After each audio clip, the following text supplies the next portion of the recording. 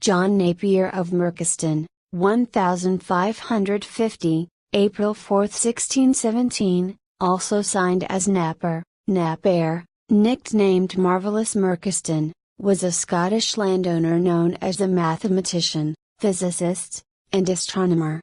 He was the 8th laird of Merchiston. His Latinized name was Johann Napier. John Napier is best known as the inventor of logarithms. He also invented the so-called Napier's bones and made common the use of the decimal point in arithmetic and mathematics. Napier's birthplace, Merchiston Tower in Edinburgh, Scotland, is now part of the facilities of Edinburgh Napier University.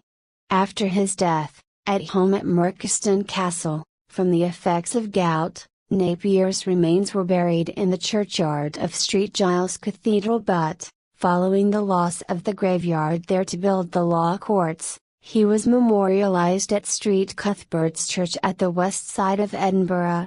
Napier's father was Sir Archibald Napier of Merchiston Castle, and his mother was Janet Bothwell, daughter of the politician and Judge Francis Bothwell, Lord of Session, and a sister of Adam Bothwell who became the Bishop of Orkney.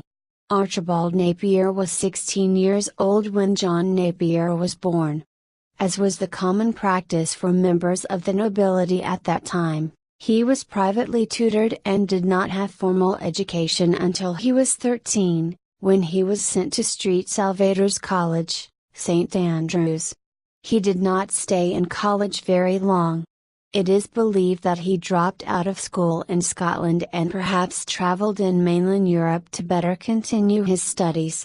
Little is known about those years, where, when, or with whom he might have studied, although his uncle Adam Bothwell wrote a letter to John's father on December 5, 1560, saying, "I pray you, sir, to send John to the schools either to France or Flanders, for he can learn no good at home," and it is believed that this advice was followed. In 1571, Napier, aged 21, returned to Scotland, and bought a castle at Gartnes in 1574. On the death of his father in 1608, Napier and his family moved into Merchiston Castle in Edinburgh, where he resided the remainder of his life. He died at the age of 67.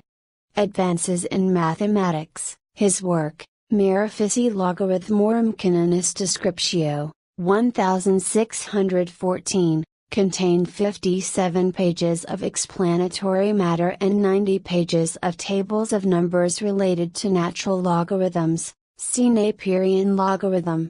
The book also has an excellent discussion of theorems in spherical trigonometry, usually known as Napier's rules of circular parts.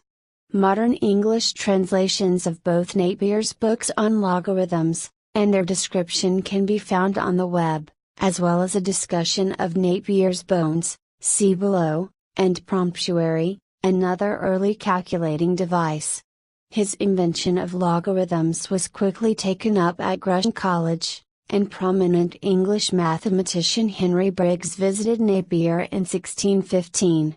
Among the matters they discussed were a rescaling of Napier's logarithms, in which the presence of the mathematical constant e, more accurately, e times a large power of 10 rounded to an integer, was a practical difficulty.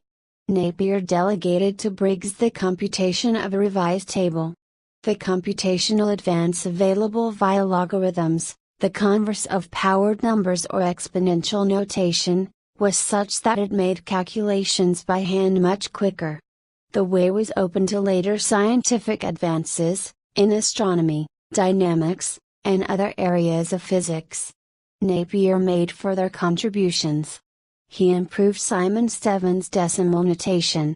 Lattice multiplication, used by Fibonacci, was made more convenient by his introduction of Napier's bones, a multiplication tool using a set of numbered rods.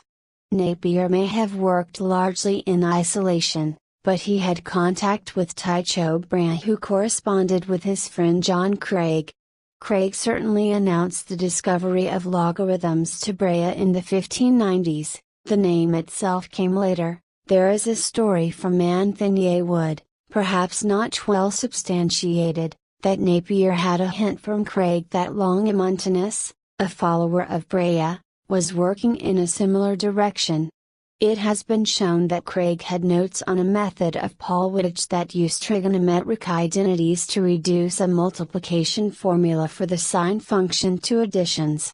Theology. Napier had an interest in the Book of Revelation, from his student days at St. Salvator's College, St. Andrews. Under the influence of the sermons of Christopher Goodman, he developed a strongly anti-papal reading.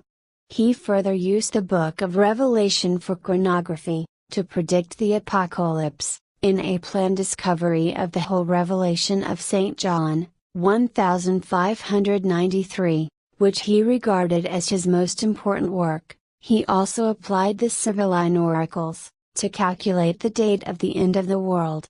Napier believed that would occur in 1688 or 1700.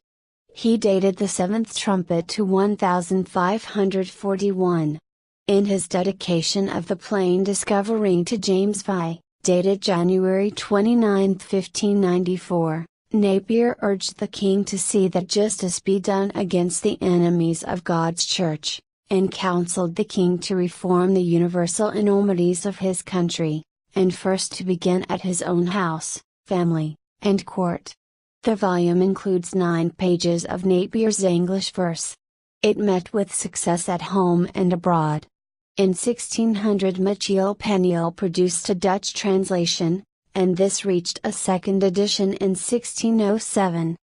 In 1602 the work appeared at La Rochelle in a French version, by Georges Thomson, revised by Napier, and that also went through several editions, 1603. 1605, and 1607. A new edition of the English original was called for in 1611, when it was revised and corrected by the author, and enlarged by the addition of with a resolution of certain doubts, moved by some well-affected brethren. This appeared simultaneously at Edinburgh and London. The author stated that he still intended to publish a Latin edition, but it never appeared. A German translation, by Leo de Drama, of the first part of Napier's work appeared at Jura in 1611, and of the whole by Wolfgang Meyer at Frankfurt am Main, in 1615. Among Napier's followers was Matthew Cotterius, Matthew Cottier.